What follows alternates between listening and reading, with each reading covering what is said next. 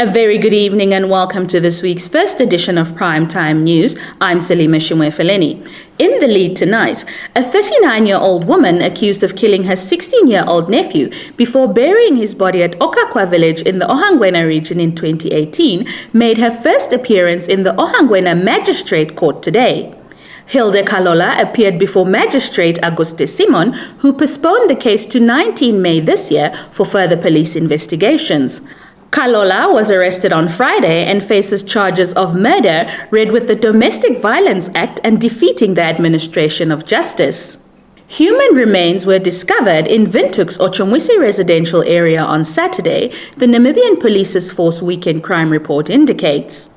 The report, issued Sunday, said the human remains were found buried by a 19-year-old male digging in a yard. Nampol opened an inquest docket and investigations continue. At Otunganga village in the Ohangwena region, two girls identified as 4-year-old Veronica Jeremiah and 6-year-old Toini Nangonda died after they were reportedly struck by lightning.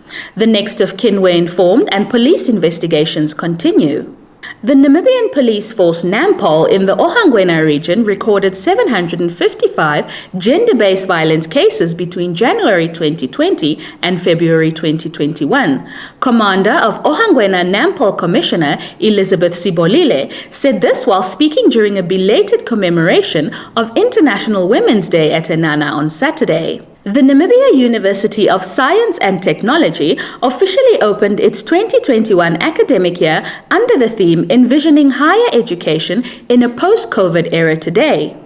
Addressing the official opening, NUST Vice-Chancellor Dr. Errold Naumab said the COVID-19 pandemic has impacted the operations of the institution and it has thus adopted a blended teaching and learning approach. He said there will be online learning as well as minimum face-to-face classes for all students. Naumab added that computer laboratories and learning spaces will be open and all this will be done under strictly controlled environments. He also congratulated students on admission to the university and implored them to think beyond their individual successes while at the university. Naumab further urged students to think of challenges their communities face and the potential differences they can make to better current situations. On his part, MTC's Chief Commercial Officer and a NUST alumna, Malvin Angula, urged students to be open-minded and empathetic in order to ensure that they are at the same pace as industries they aspire to work. Josephine Simeon, Nampi News. We'll be back shortly after the news roundup.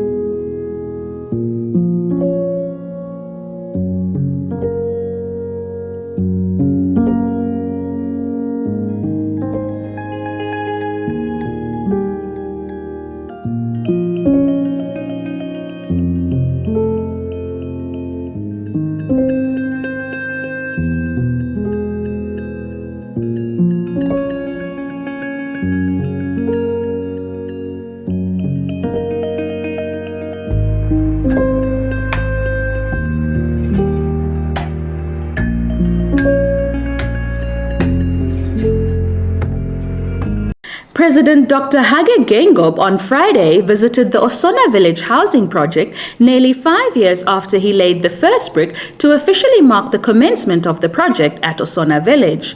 The project is an initiative of the Government Institutions Pension Fund and aims to build affordable houses for men and women in uniform. The project is an initiative of the Government Institutions Pension Fund and aims to build affordable houses for men and women in uniform. During his visit to the village, President Hage Geingob said the initiative is a good example of how the private sector and government could work together to build the economy. He said the initiative taken by GIPF is something to be emulated by other firms and businesses in order to help the country address the housing shortage in Namibia. This thing that started very small is now becoming big, and it's a good example of how we can work together to build this beautiful country of ours. The workers' money pension fund is now being used to develop Namibia. Speaking at the same occasion, GIPF Chief Executive Officer David Noyoma said the project should be seen in a context of a broader national aspiration, adding that GIPF has participated with enthusiasm and on the call of President Hage Geingob to support the pillar on sanitary and home ownership in the Harambee Prosperity Plan 1. He further stated that 1,015 houses have been completed since the inauguration and all houses are occupied. And the President gave us clear marching orders that day that there should be provision for uniformed officers, civil servants, and that is what has happened. He said 74% of the people who own homes at the village fall under the men and women in uniform as well as the civil servant category, while 16% are employed by various parastatals and 10% are owned by employees from the private sector. Noyoma went on to say that 50% of homeowners at Osona village are women, describing it as a huge transformation and empowerment. Josephine Simeon, Namibia News. Kunene artists during a consultative meeting over the weekend in Opuo were urged by the Business and Intellectual Property Authority, BIPA, to register their firms and brands as a way of protecting their contents and profiting from their use. BIPA, alongside the Namibian Society of Composers and Authors of Music, NASCAM, Intellectual Property and Local Content, IPLC, and the Directorate of Arts under the Ministry of Education, Arts and Culture, since last week conducted consultative meetings with stakeholders in all 14 regions discussing the review of Copyright and Neighbouring Rights Protection Act, Act 6 of 1994. BIPA Senior Intellectual Property Officer Onesimus Joseph stated that it is imperative for the formation of organizations to advocate for local producers and promoting their work through BIPA in terms of profits, protection of their contents, and sharing of ideas. Also speaking during the consultation was NASCAM Chief Executive Officer Eno John Max, who said fair compensation will only be advocated for when artists, authors and composers register with NASCAM. We will be back shortly after the economics roundup.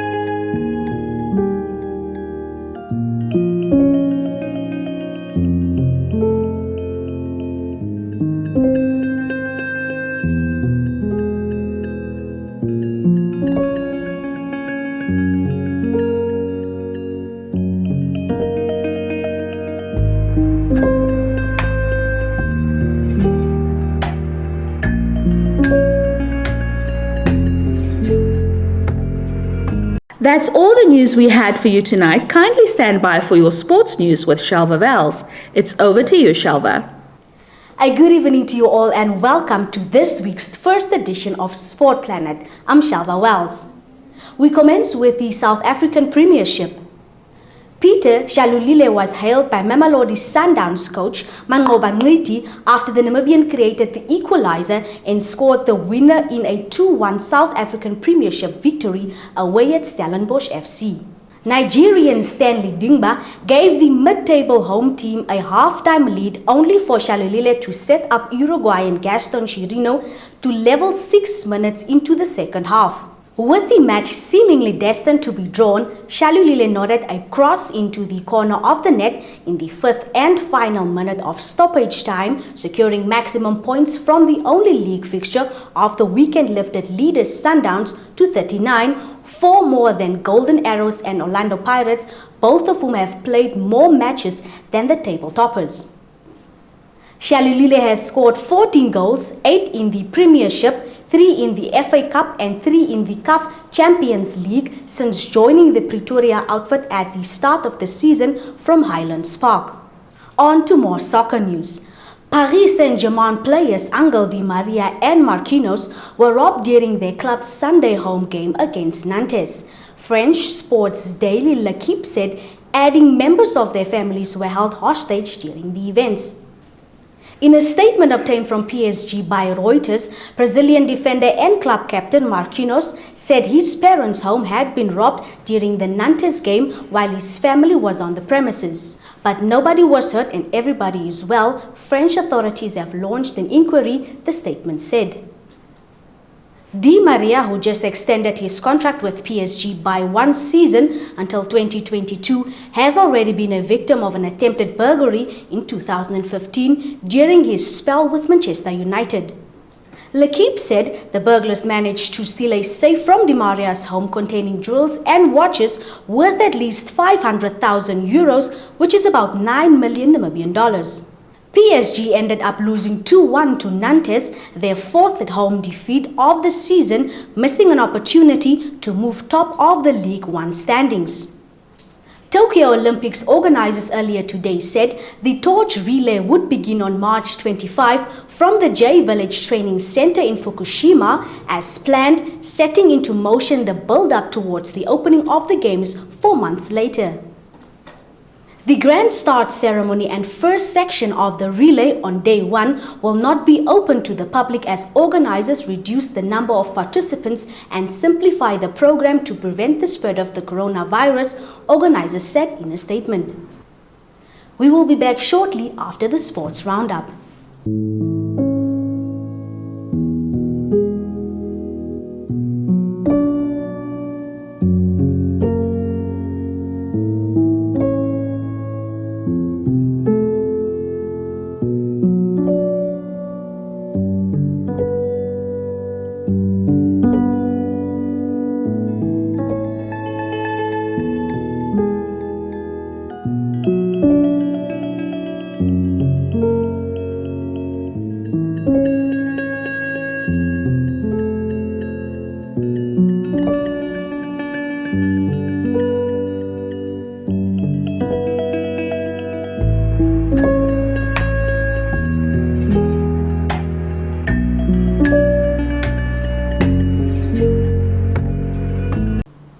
That's all the news we had for you this evening. We thank you for tuning in, and if you are new to this channel, please subscribe, like and share. From me, Shalva Wells, and the entire Nampa team, good night.